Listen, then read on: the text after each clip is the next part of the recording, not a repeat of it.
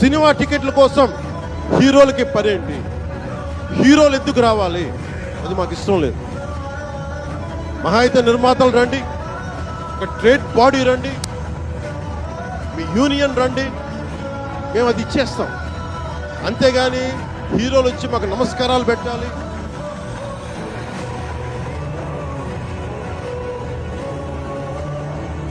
అంత ఒక లో లెవెల్ వ్యక్తులం కాదు మేము. దీన్ని ఎక్కడి నుంచి నేర్చుకున్నాం? స్వర్గీయ నటరత్న ఎన్టీ రామారావు గారి దగ్గర నుంచి నేర్చుకున్నాం.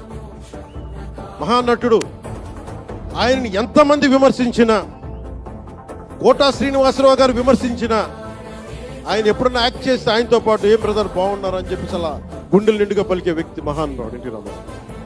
ఇంత తెలుగుదేశం పార్టీ ఎన్టీ రామారావు అన్నిసార్లు ముఖ్యమంత్రిగా ఉన్నప్పుడు కూడా ఎప్పుడు ఘట్టంలేని కృష్ణ గారు కాంగ్రెస్ లో ఉండి కూడా కనిపిస్తే ఇద్దరు ఆప్యాయంగా మాట్లాడుకునే వాళ్ళు. ఎన్టీ రామారావు గారు ఎప్పుడు వివక్ష చూపించలేదు.